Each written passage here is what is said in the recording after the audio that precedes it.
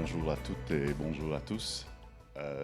Merci à l'organisation de m'avoir donné cette opportunité de présenter un peu ce qu'on fait avec la bibliothèque des Levins. Je ne sais pas si c'est celui-là que je dois utiliser probablement pour faire passer les slides.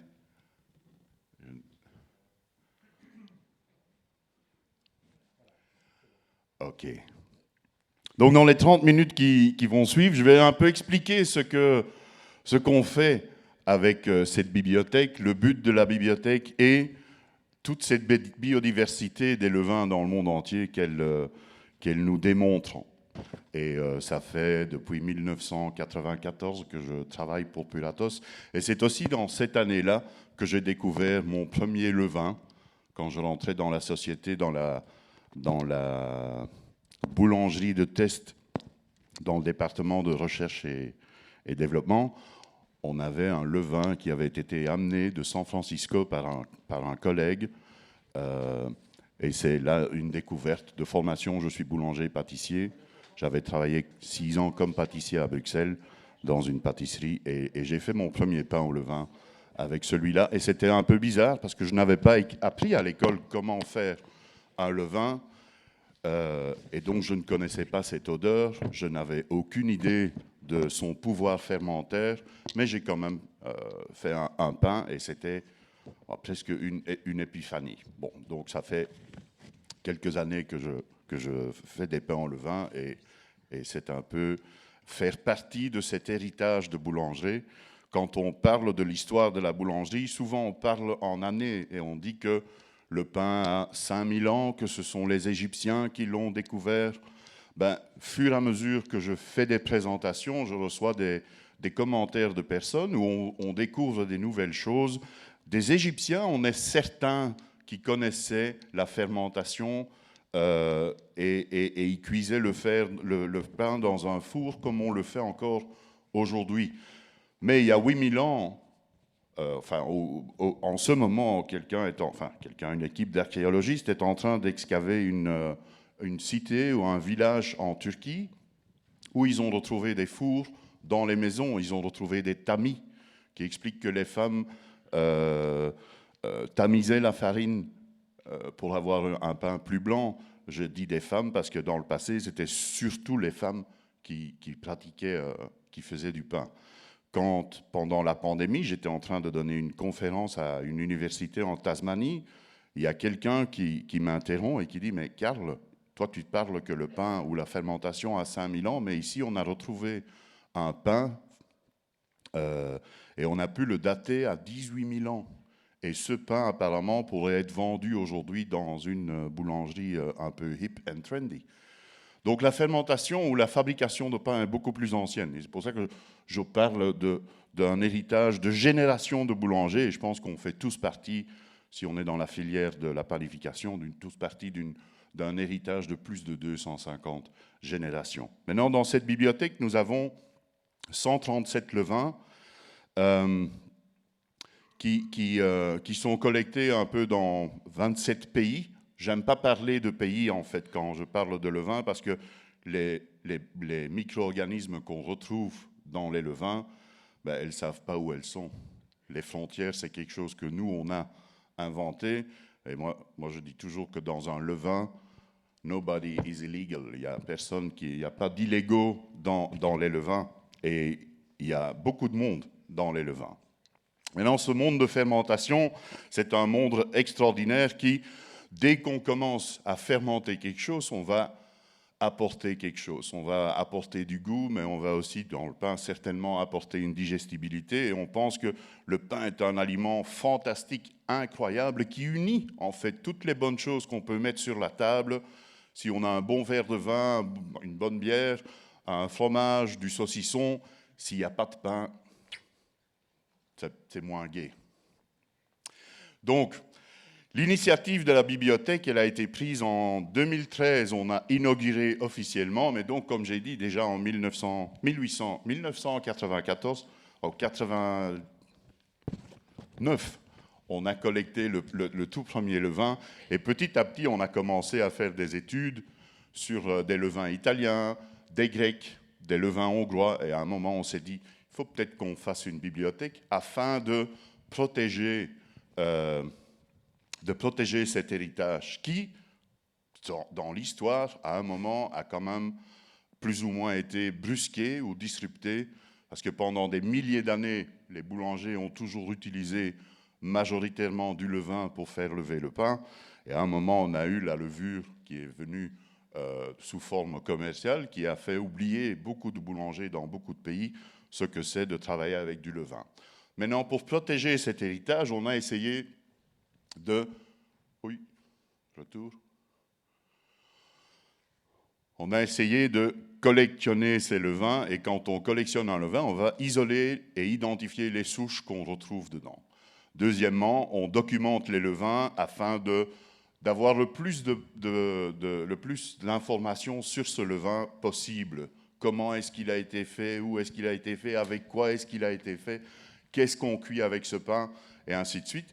Et finalement, le fait d'avoir un échantillon de levain qu'on maintient dans la bibliothèque, on a une sauvegarde où, quand il y aurait un problème dans la boulangerie d'origine, on a un morceau qu'on peut réenvoyer. Jusqu'à présent, sur les 10 ans que la bibliothèque existe presque, ça nous est arrivé l'année passée, au mois de mars, je reçois un samedi matin un téléphone d'un boulanger au Danemark qui me dit « Carl, j'ai un problème, mon ouvrier a utilisé toute la pâte mère dans la production et le pain est déjà cuit, donc je ne sais plus récupérer un morceau. » Donc j'ai été à la bibliothèque. De tous les levains, on a les farines d'origine parce qu'on les maintient avec la farine d'origine. On les rafraîchit tous les 2 mois suivant le protocole d'origine. Et donc, je lui ai réenvoyé son échantillon et je peux vous dire qu'il était super, super content. Maintenant, les levains qu'on a dans la bibliothèque ne sont pas à nous. Souvent, ou quand les gens ne sont pas très bien au courant de ce qu'on fait, on pense que Puratos est en train de collectionner des levains un peu partout pour les transformer en un produit commercial. Ce n'est pas le cas. Nous les collectionnons parce qu'on veut savoir ce qu'il y a dedans. L'initiative de la bibliothèque, c'est sans but lucratif. C'est notre contribution au monde de la fermentation et la technologie de la fermentation.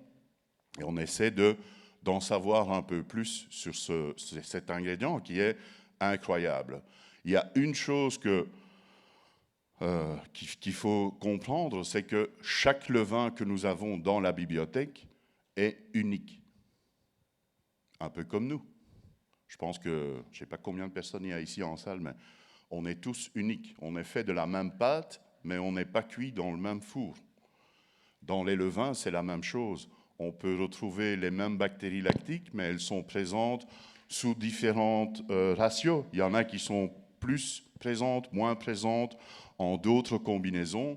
Et c'est ça qui fait que cet ingrédient qui est le levain est quelque chose de difficile à gérer à un niveau mondial.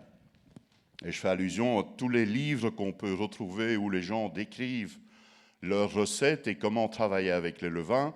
Ben, ces recettes, c'est une indication, mais ça ne représente jamais exactement ce que vous allez faire à la maison si vous suivez cette recette, parce qu'un levain peut contenir beaucoup de levure, moins de levure, peu de bactéries lactiques, beaucoup de bactéries lactiques, dépendant quelles seront les souches qui sont présentes, et en plus de ça, dépendant du rythme de rafraîchis qu'on fait avec les levains et tout. Tout ça, ça influence. Donc, il faut faire un peu attention à ça. Maintenant, j'ai fait un slide pour démontrer un peu en rapidité ce qu'on a découvert. Donc, nous avons reçu des levains qui avaient un pH entre 3,5 et 5,4. Dans tous ces levains, on a découvert plus de 1500 bactéries lactiques et levures venant de 6 génus de levure et 6 de bactéries lactiques. Les levains que nous avons aujourd'hui sont faits de farine de froment, farine de blé dur, farine intégrale. Nous avons du seigle complet, et nous en avons aussi 2 qui sont faits à base de riz. Venant de 27 pays et de location de niveau de mer jusqu'à 1500 mètres d'altitude. Et au niveau de la quantité d'acide organique, nous avons une échelle qui va de 0 à 32. Ces 137 levains, c'est incroyable parce qu'ils ont tous une histoire et je vais parcourir quelques levains. J'ai commencé avec le numéro 100 qui est un levain qui vient du Japon, qui a été fait par un des derniers samouraïs. De tous les levains que je vais raconter, j'ai aussi des documentaires qui sont en ligne sur YouTube. Vous pouvez aller les retrouver ou via mon compte Instagram. Vous avez accès à ces documentaires. Ici, c'est un levain qui est donc fait de riz cuit. Donc, il n'y a pas de levure qui est, de farine qui est utilisée. Au début, oui, ce monsieur qui a créé ce levain en 1875, c'était l'un des derniers samouraïs. C'était pas Tom Cruise, si vous avez vu le film avec lui. C'était lui. Et il a fait un levain qu'il a appris d'un boulanger de nos régions. Il ne savait pas me dire quand j'étais là si c'était un Américain ou un Portugais ou un Hollandais. Mais il a fait un levain, mais il n'était pas content du goût. Et il avait un copain samouraï qui s'était converti en producteur de saké. Et lui, il utilisait du riz. Et petit à petit, il a converti la farine pour du riz. Et aujourd'hui, ils ont un levain qui a un arôme qui est un peu hors du commun, qui sent autre qu'un levain normal. Et avec ça, ils font un hanpan, c'est un petit pain qui contient un fourrage de haricots rouges et qui est terminé avec de la fleur de cerisier salée. Ici, on a deux levains. Un vient du Mexique, le numéro 72 vient du Mexique et le numéro 74 vient de la Suisse.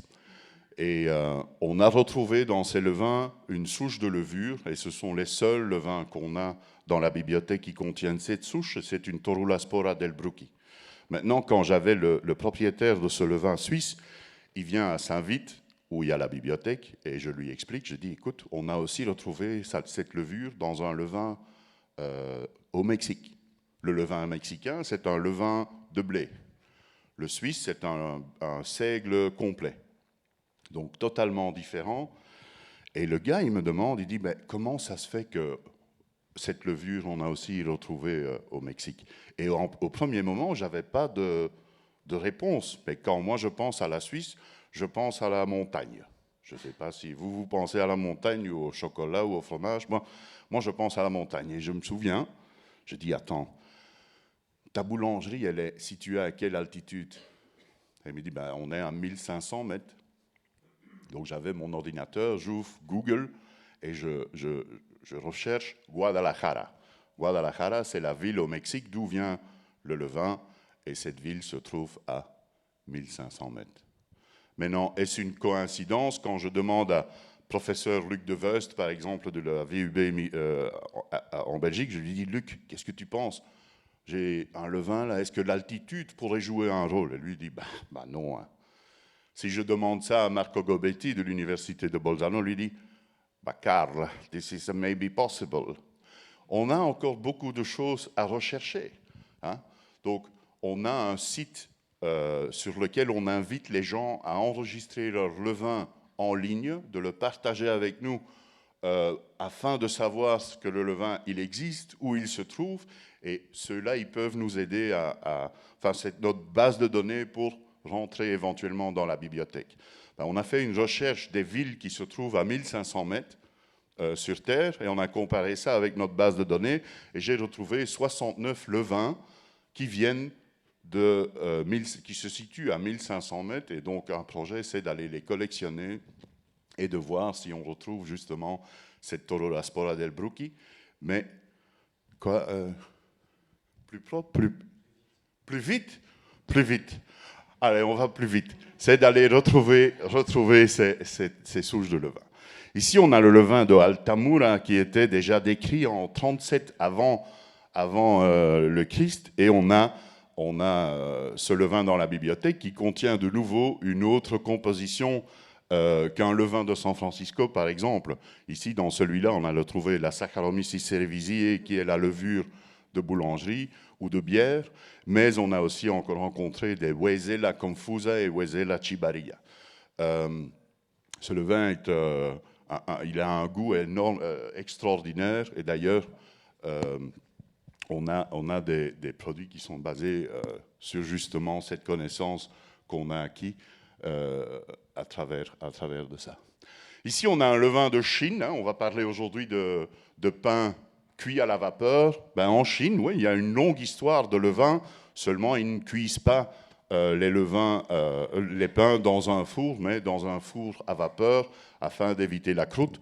Journalier, il y a plus ou moins 700 millions de steam buns qui sont fabriqués en Suisse. Et ici, j'ai un exemple d'un levain. Dans la bibliothèque, on en a deux. Et il y en a un qui, quand j'ouvre le bocal, il sent la saucisse. Vous voyez, la saucisse, je ne sais pas si on peut s'imaginer l'odeur de saucisse. Et ce levain, il colle énormément. Dès qu'il vient en contact avec nos mains, c'est comme une pieuvre qui, je ne sais pas si vous avez déjà eu une pieuvre sur la main, mais ça colle. De nouveau, un levain qui est un peu spécial. Ici, on a un levain de l'Espagne. On a fait quelques recherches sur des levains espagnols. Celui-ci, il est fait avec un épeautre fraîchement moulu. En Espagne, on a eu des difficultés à trouver des vieux levains, des anciens levains. Ici, ce levain, il doit avoir plus ou moins 15 ans. Et c'est toujours un peu complexe de connaître l'âge d'un levain. Un levain ne vient pas avec un certificat de naissance. Et donc, il faut faire confiance aux gens quand ils nous parlent. Ici, ce levain, j'ai été le chercher à Seattle, à Bainbridge Island. C'est une petite île. Et ce levain, il a son histoire au Klondike Gold Rush. En 1896, il y a 100 000 personnes qui se sont rendues à Seattle pour aller chercher de l'or à Dawson City. Et ils avaient tous un levain avec eux parce qu'ils devaient être capables de survivre pendant 1 an dans le nord du Canada. Il n'y avait pas de magasin pour acheter du pain, donc ils avaient tous leur levain, un petit feu et un poêlon. Et ce levain, il est très biodivers. Il y a 3 levures que nous avons rencontrées et il y a 6 bactéries lactiques. Toutes ces données sont disponibles sur notre site où on a la bibliothèque virtuelle. Vous pouvez aller faire un tour et vous avez accès à toutes ces données de chaque levain qui est dans la bibliothèque. Ici, on va parler un peu plus de la biodiversité ou des différences ou des similarités. Ici, j'ai fait un petit aperçu des levains que nous avons dans l'Amérique du Nord. On en a 22. Et vous voyez que les taux de pH et les taux d'acidité sont un peu différents, mais parfois, il y en a qui se ressemblent. Les 2 derniers, là, ils ont plus ou moins le même pH et le même TTA, mais quand on va regarder la biodiversité de ces levains, on retrouve dans les 2 une composition différente. Okay. Ici, dans le levain numéro 131, c'est un levain qui vient de Alberta, au Canada, et il contient la Lactobacillus akei et Holzapfeli. Et en levure, on a retrouvé la levure de boulangerie, la Saccharomyces cerevisiae, mais dans le 81, c'est un levain qui vient de San Francisco, on a trouvé une autre composition. Oui. Et comme ça, chaque levain est différent. Ici, j'ai fait chaque couleur que vous voyez représente une autre bactérie lactique. J'ai même pas mis, il n'y a pas les levures dedans, il n'y a que les bactéries lactiques, mais vous voyez que dans les 22 levains de l'Amérique du Nord, et on a retrouvé quand même pas mal de bactéries lactiques. Je n'ai pas mis le nom complet des bactéries lactiques parce que la taxonomie a changé. Et il y en a qui sont passés de lactobacillus à fructilactobacillus à plantylobacillus, et je n'avais plus le temps de faire la recherche. Mais donc, ce sont tous des bactéries lactiques. Et vous voyez qu'il y en a certains, comme les 2 ici, le numéro 1 et le numéro 3, ils contiennent que la fructilactobacillus sanfranciscensis. Mais quand on va voir, de nouveau, la composition n'est pas la même parce que un levain, le 43, c'était le tout premier levain qu'on a acquis en 1989. Il contient la Saccharomyces cerevisiae ensemble avec la Saccharomyces uvarum, et l'autre qui vient du San Francisco Baking Institute de Michel Suat. Michel Suat, un Français qui s'est installé là il y a beaucoup d'années à monter son école. Ben, il contient la Kazakhstania humilis, ou auparavant connue sous le nom Candida humilis, ensemble avec cette Saccharomyces cerevisiae. Donc ça, il faut se rendre compte que cette biodiversité, elle est énorme. Énorme, et chaque bactérie lactique est responsable pour quelque chose. Il y en a qui vont produire plus de protéases, par exemple, et qui vont intervenir sur la digestibilité du pain. Il y en a qui vont être capables de produire d'autres arômes ou faire plus d'acide acétique ou plus d'acide lactique. Donc c'est un monde incroyable qu'on sous-estime souvent. Le levain est expliqué, ben oui, le levain c'est tout simple, hein, c'est farine et eau. C'est juste, hein. Mais dans cette simplicité, il y a toute cette complexité il faut se rendre compte. C'est un peu comme dans les vins. Quand quelqu'un veut faire du vin, ben, je pense que les études pour devenir vigneron ou œnologue, ou je ne sais pas comment on appelle quelqu'un qui fait du vin, ce sont des études universitaires de microbiologie, d'agriculture, afin de pouvoir faire du vin. Dans la boulangerie, moi, je n'ai jamais appris à faire un levain, ni à comprendre ce qu'il y a dedans. À l'école, on nous a appris à faire du pain, du bon pain. Donc, il ne faut pas sous-estimer la complexité et de penser que chaque levain doit être traité de la même façon. Ce n'est pas le cas.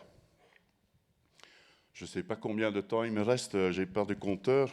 Combien de temps il me reste, Hubert? 10 minutes. Wow. Ben, ça va alors. Moi, j'étais un petit stress là. Je dis, ouais, il faut y aller. Bon. Chez Pilatos, on dit que le futur du pain réside dans son passé.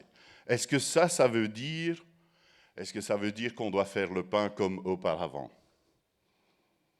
Je ne pense pas. Je pense qu'on devient plus malin. Je pense qu'on a accès à des nouvelles techniques. Je pense qu'on a plus de connaissances et on est capable de faire beaucoup plus d'études sur ce qui se passe vraiment dans un pain. Quand en 1674, Anthony van Leeuwenhoek, il a inventé le tout premier microscope, ça a permis aux scientifiques de justement aller voir ce qui se passe dans ou pendant la fermentation. Oui. Ça a mené à obtenir une levure qui est isolée d'un levain afin de donner un pouvoir fermentaire à la pâte, et ça a permis au boulanger de faire plus de pâte ou plus de pain en moins de temps, si on veut. Maintenant, aujourd'hui, on est dans une époque où l'intérêt dans le levain est de retour. Pendant des années, on n'a pas parlé de levain, ou le levain était un peu oublié. Aujourd'hui, on comprend que le levain peut jouer un grand rôle dans le message qu'on peut donner au pain. Le consommateur, où il y a entre 10 et 30% des consommateurs mondiaux qui ne veulent plus manger de pain parce qu'ils disent que le pain, c'est pas bon. Ils sont allergiques à la farine, ils sont allergiques au gluten, ils sont intolérants au gluten, le pain, ça fait gonfler, et ils ont abandonné. Ils ne viennent plus dans nos magasins. Ben, si on parvient à leur démontrer que le pain qui contient du levain est meilleur pour la santé, que ce pain devient plus digeste, et que oui, un pain qui a été fait avec une longue fermentation en combinaison de levure, mais aussi de bactéries lactiques qui vont s'occuper de digérer le grain, à ce moment-là, on a un beau discours, et je pense que le futur du pain, il est fantastique.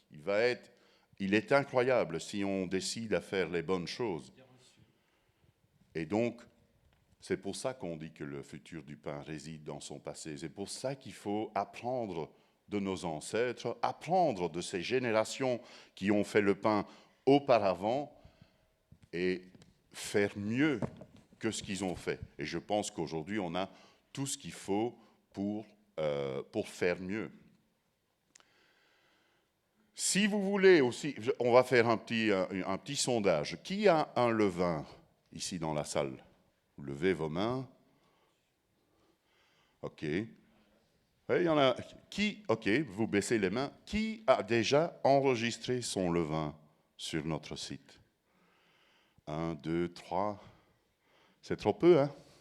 Mesdames et messieurs, je vous invite à aller sur ce site et découvrir. Nous avons plus de 2650 levains qui ont déjà été enregistrés de plus de 100 pays. Vous pouvez aller voir ce que les gens racontent de leur levain.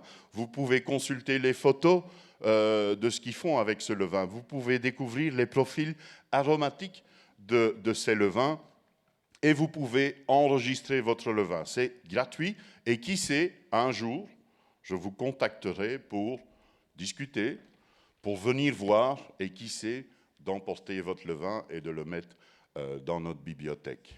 OK? Donc nous sommes sur la quest for sourdough, à la quête, comment on dit, à la recherche des levains. Et donc aujourd'hui, il y a moi, mais il y a aussi Guylaine. Guylaine, elle est là. Guylaine, tu peux, une fois, elle est un peu timide, hein, elle est déjà toute rouge, mais moi je suis le porte-parole de la bibliothèque, ben, il faut toujours que Guylaine elle soit là parce qu'il y a beaucoup de recherches, et donc Guylaine est ma collègue qui m'aide pendant la recherche, avec tout ce qui est le scientifique derrière la bibliothèque. Donc voilà, un grand merci pour votre attention, et je ne sais pas ce que Hubert il a en...